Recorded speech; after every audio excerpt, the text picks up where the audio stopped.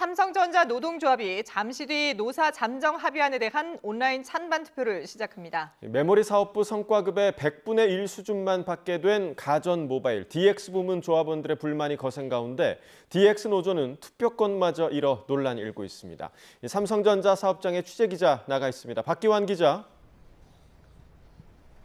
네, 삼성전자 평택 캠퍼스입니다. 네, 투표는 몇 시부터 시작됩니까?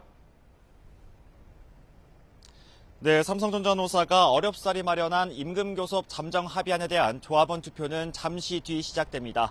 당초 오후 2시 정각에 시작될 예정이었는데 노조 홈페이지의 서버 과부하 문제로 오후 2시 12분으로 늦춰졌습니다. 투표는 오는 27일 오전 10시까지 진행돼서 앞으로 닷새 뒤에나 결과가 나올 것으로 보입니다. 이곳에서 현장 투표가 직접 진행되는 건 아니고요. 모두 전자투표로 이뤄집니다.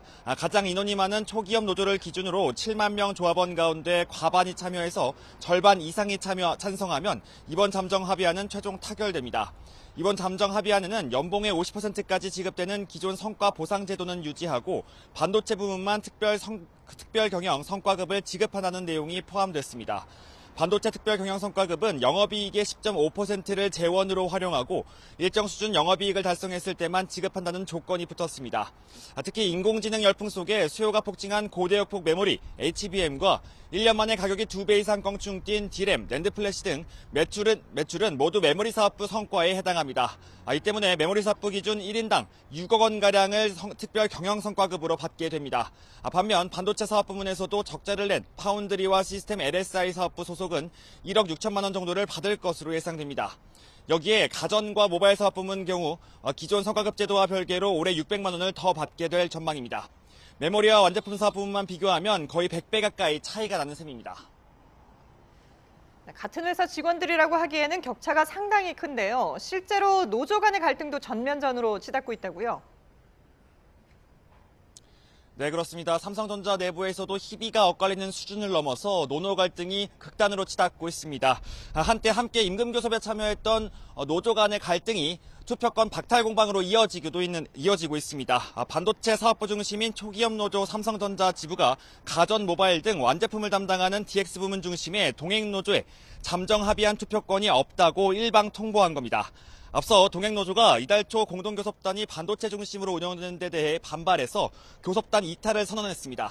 최승호 초기업노조 삼성전자 지부 위원장은 이 때문에 동행노조에 보낸 이메일을 통해 투표 권한이 없다고 못 박았습니다. 이에 대해 동행노조는 어제 공문을 통해 이 일방적인 통보로 DX 부문 조합원들의 목소리를 또 한 번 지우려고 하고 있다며 정당성 있는 투표를 요구했습니다. 초기업 노조는 투표를 불과 몇 시간 앞두고 다시 회신 공문을 보내왔는데요. 초기업 노조는 이번 잠정 합의 자체가 사측과 공동교섭단의 교섭 결과인 만큼 동행노조 조합원들은 투표권이 없다고 재확인했습니다. 노사 잠정 합의안에 대한 가결은 물론이고 높은 찬성률이 곧 노조 집행부의 성적표로 가늠될 수 있는 상황에서 반대표를 낼 가능성이 큰 DX 조합원들의 투표권 자체가 사라진 셈입니다. DX 부문 직원들 역시 벌어진 성과급 격차와 반도체 일방적 교섭 상황에 불만을 품고 세를 모으고 있습니다. DX 부문 직원들이 대거 동행노조에 가입하면서 불과 하루 만에 9천 명 이상 동행노조 가입자가 폭증해 현재 12,000명을 돌파했습니다. 하지만 초기업 노조 조합원만 7만 명이 넘는데 대부분 반도체 부문 소속입니다. 반도체 사업 부문 중심으로 투표를 치를 경우 잠정 합의안 자체가 무난히 가결될 것으로 보이는 상황인데요. 하지만 수개월의 줄다리기 끝에 마련된 합의안이 통과되더라도 100배에 달하는 성과급 격차와 투표권 배제 논란이 남긴 내부의 깊은 갈등은 쉽게 가라앉기 쉽지 않아 보입니다. 지금까지 삼성전자 평택 캠퍼스에서 YTN 박견입니다.